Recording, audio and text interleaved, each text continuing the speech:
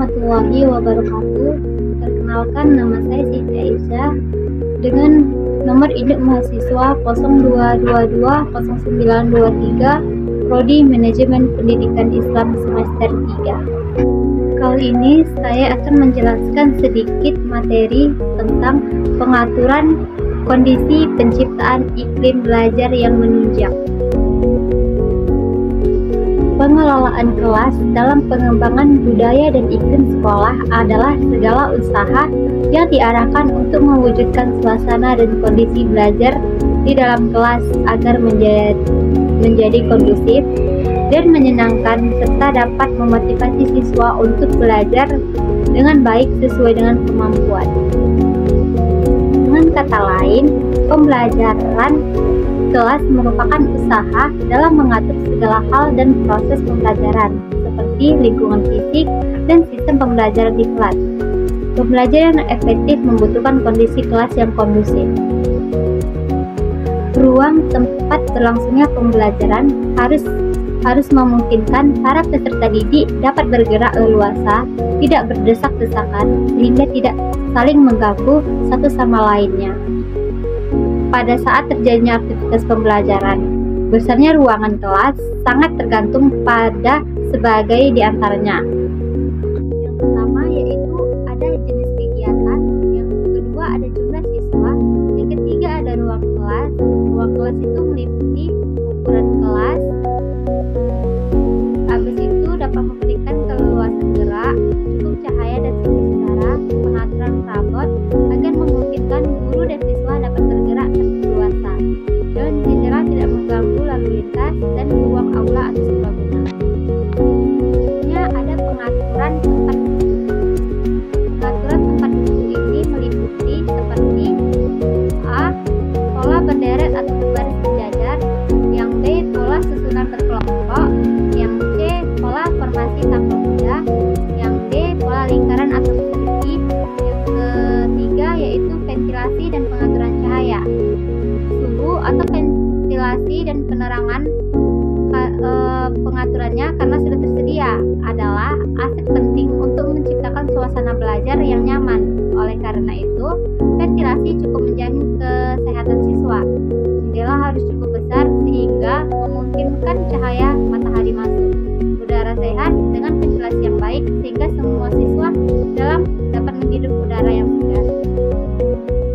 Yang D ada prinsip penataan kelas. Prinsip penataan kelas yaitu pertama, daftar presensi. Diadakan pengecekan secara periodik terhadap daftar presensi ini. Yang kedua, ruang bimbingan siswa. Ruang khusus hendaknya tersedia yang dapat digunakan untuk keperluan bimbingan siswa yang dilakukan oleh guru, wali kelas atau guru pembimbing di sekolah. Yang ketiga, ada tempat baca. Tempat baca yang dapat dimanfaatkan oleh para siswa pada waktu istirahat atau pada waktu luang hendaknya tersedia. Yang keempat, tempat sampah. Tempat sampah hendaknya tersedia pada tempat khusus sehingga siswa didorong untuk membiasakan diri hidup teratur. Yang kelima, catatan pribadi siswa. Dengan catatan pribadi siswa, guru akan mengenal siswa secara lebih lengkap termasuk latar belakang kehidupannya. Isi catatan pribadi siswa dapat meliputi kehadiran, catatan akademik seperti hasil teks, bakat, kecepatan membaca, kesehatan fisik, sikap sosial, catatan anekdotal dan sebagainya.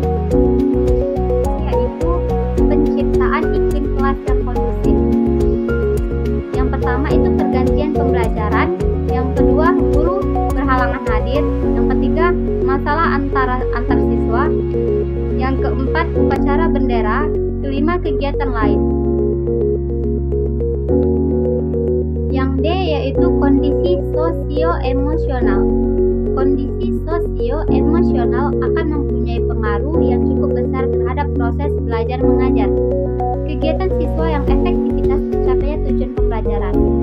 Kondisi sosio-emosional tersebut meliputi sebagai berikut. Pertama, tipe kepemimpinan. 2. Sikap guru. 3. Suara guru. 4. Pembinaan hubungan baik. Yang kelima, faktor-faktor yang mempengaruhi belajar. pertamanya itu faktor intern, yang kedua faktor jasmania, dua faktor psikologis, yaitu perhatian, minat, motif, kematangan, kesiapan. Faktor kelelahan.